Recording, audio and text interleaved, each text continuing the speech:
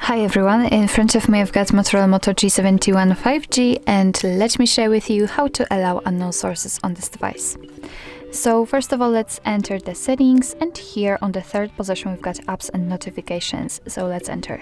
Now let's unroll the advanced, and at the very bottom of the list we've got special app access.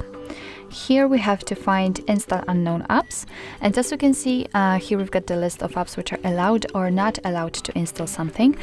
So if you'd like to change it, for example allow Chrome to install some content, simply tap on it and tap on the switcher right here.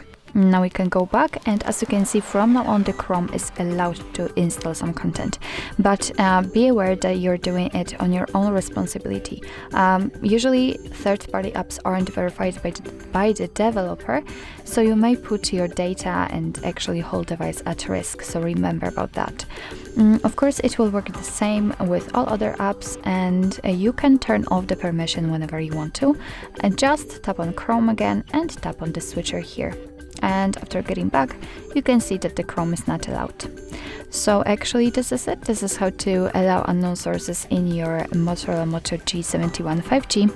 Thank you so much for watching. I hope that this video was helpful, and if it was, please hit the subscribe button and leave the thumbs up.